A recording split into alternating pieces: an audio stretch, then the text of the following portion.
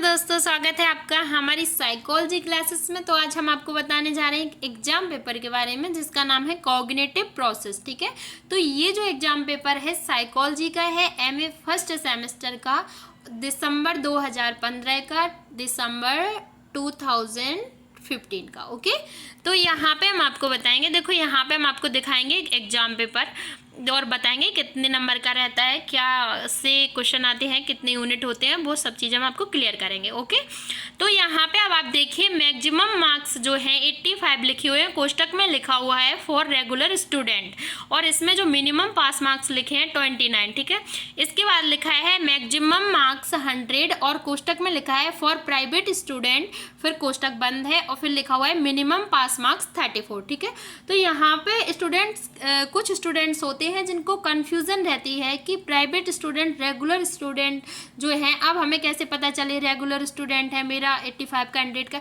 बहुत बच्चों में कन्फ्यूज़न रहती है। ठीक है, सभी बच्चों में नहीं रहती है पर बहुत बच्चों में रहती है। तो एक चीज़ हम आपको यहाँ से क्लियर कर देते हैं कि इनका 100 मार्क्स का क्वेश्चन पेपर इसलिए आता है क्योंकि इनका इंटरनल असाइनमेंट, जिनको CCE बोलते हैं, वो नहीं करवाए जाते हैं इनके, इसलिए इनका जो है 100 मार्क्स का क्वेश्चन पेपर रहता है। ठीक है, आपका 85 का इसलिए आता है रेगुलर स्टूडेंट का, क्योंकि जो रेगुलर स्टूडेंट होते हैं उनका इंटरनल असाइनमेंट करवाया जाता है जो कि 15 मार्क्स का रहता है, 15 नंबर का। जब 85 + 15 होते हैं तो इक्वल टू 100, मतलब 100 नंबर हो जाते हो आपके। ठीक है, क्लियर। तो आपके जो पासिंग मार्क है 85 का जो क्वेश्चन पेपर, रेगुलर स्टूडेंट के लिए पासिंग मार्क 29 नंबर हैं और प्राइवेट स्टूडेंट के लिए पासिंग मार्क 34 नंबर हैं। Okay, clear. अब आप यहाँ पे देखिए जो क्वेश्चन दिया गया है किस तरीके से दिया गया है, आप देखिए। पहले तो एक नोट दिया गया है, वो पढ़िए। सभी प्रश्नों के उत्तर दीजिए, प्रश्न क्रमांक 1 अनिवार्य है। ठीक है, तो यहाँ पे क्या है, attempt all questions, question number 1 is compulsory. अब यहाँ पे किन्हीं 5 प्रश्नों के उत्तर दीजिए। ठीक है, तो शब्द सीमा 50 शब्द। अब यहाँ पे क्या है, आपको इन्होंने देखो, जैसे मैंने पिछले एक वीडियो में बताया है 2022 या 21 के पेपर में, कि मैंने बताया कि और जो क्वेश्चन देते हैं ना, किसी किसी में अथवा में देते हैं, मैंने उसमें बताया था कि कभी कभी वो ऐसे आपको क्वेश्चन दे देते हैं कि जैसे शॉर्ट आंसर टाइप क्वेश्चन दिए हैं तो वो 10 क्वेश्चन आपको एक साथ दे देंगे, उनमें से आपको जो 5 क्वेश्चन आए वो आप कर सकते हो। ठीक है, तो इसमें एक प्रॉफिट रहता है ये वाला। अब उसमें क्या है, देखिए उसमें मैंने और जो क्वेश्चन पेपर अपलोड किए थे उसमें आप देखिएगा, उसमें प्रत्येक क्वेश्चन के अथवा में एक क्वेश्चन दिया गया है। तो उसमें आपको क्या होता है, जैसे मान के चलो आपको यूनिट फर्स्ट का दोनों क्वेश्चन आ रहे हैं और यूनिट सेकंड के एक भी नहीं आ रहे हैं, तो आपके वहाँ पे वो 5 नंबर गए जो यूनिट सेकंड के हैं। ठीक है, तो इस तरीके से हो जाता है वो। फिर आपका कोई भी यूनिट है कि आप, मैं तो फॉर एग्जाम्पल बता रही हूँ।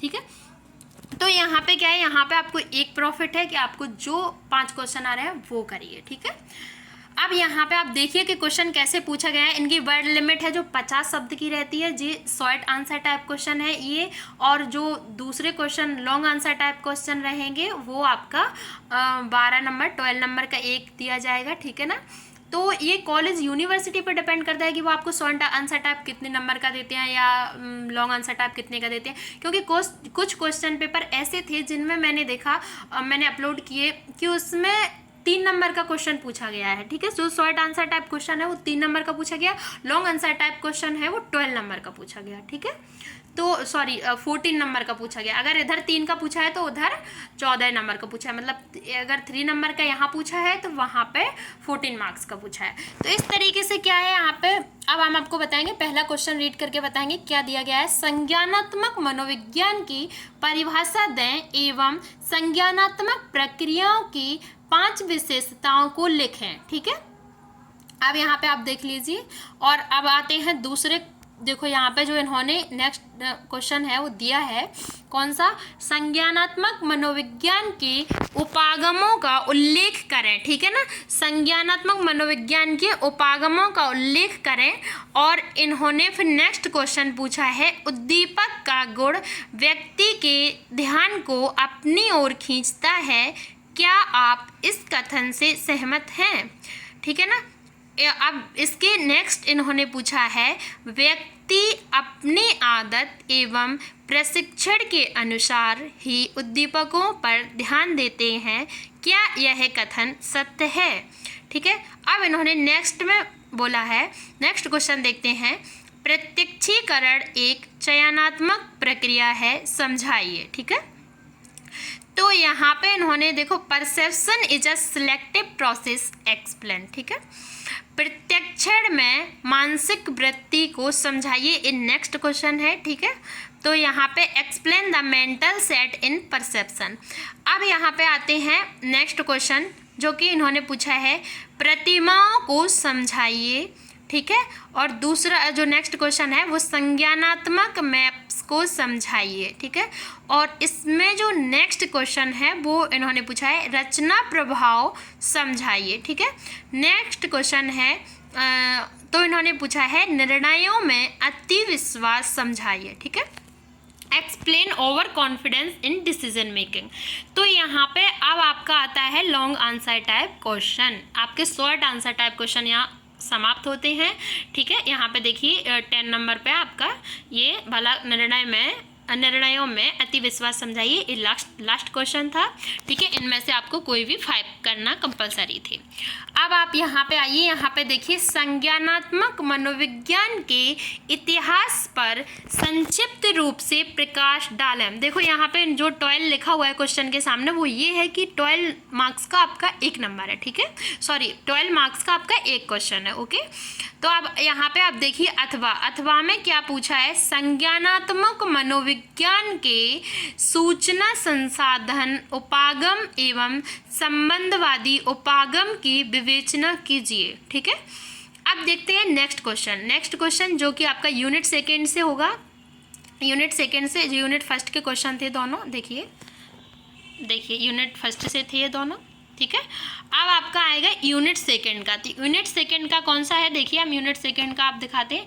यूनिट सेकंड में इन्होंने पूछा है, जूम करके दिखाते हैं, देखो यूनिट सेकंड में इन्होंने पूछा है, नॉर्मन एवं नाइसर मॉडल द्वारा चयनात्मक अवधान की व्याख्या किस प्रकार की जाती है, उदाहरण सहित समझाइए। ठीक है, अब इसके देखो इसके अथवा में इन्होंने कौन सा दिया है, अथवा में इन्होंने दिया है, अवधान के प्रमुख निर्धारकों को समझाइए, उदाहरण देते हुए चयनात्मक अवधान एवं दीर्घकृत अवधान के बीच अंतर करें। ठीक है, तो अथवा का मतलब ये होता है कि आपको इन दोनों में से जो क्वेश्चन आ रहा है आपको वो एक क्वेश्चन करना कंपलसरी है। ठीक है, अब यहाँ पे देखिए नेक्स्ट क्वेश्चन पूछा गया है नेक्स्ट यूनिट से, देखिए जो यूनिट थर्ड से पूछा गया है, गति प्रत्यक्षण कितने प्रकार के होते हैं, वास्तविक गति प्रत्यक्षण की व्याख्या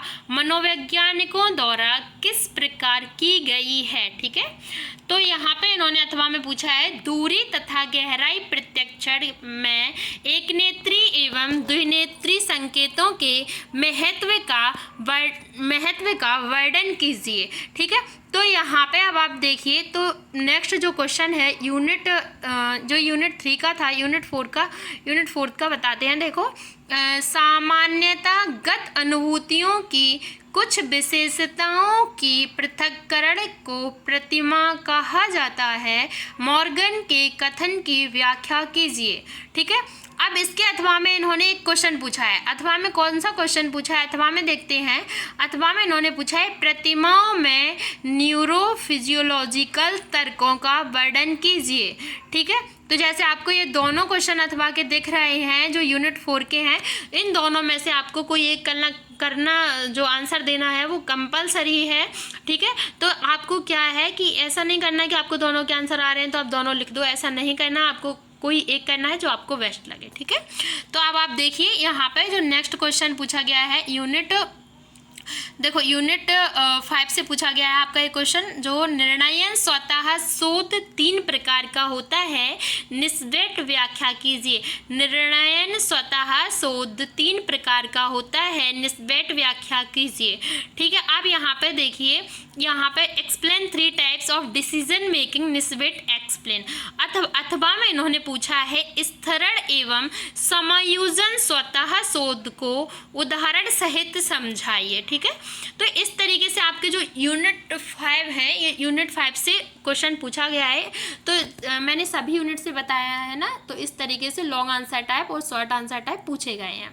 तो आशा करते हैं आप सभी को समझ में आ गया होगा, और मैंने आपको जो पूरा पेपर था वो पूरा दिखा दिया है और रीड करके भी बता दिया है, और किस तरीके के क्वेश्चन है भी बताए हैं, ठीक है। कितने नंबर के रहते हैं ये भी बता दिया है। तो शायद आप के मन में जो भी कन्फ्यूज़न होगी क्लियर हो गई होगी कि किस तरीके का पेपर आता है। तब तक के लिए आप लाइक करें, चैनल को सब्सक्राइब करें और वीडियो को शेयर करना बिल्कुल ना भूलें। Thank you so much. मिलते हैं नेक्स्ट वीडियो में।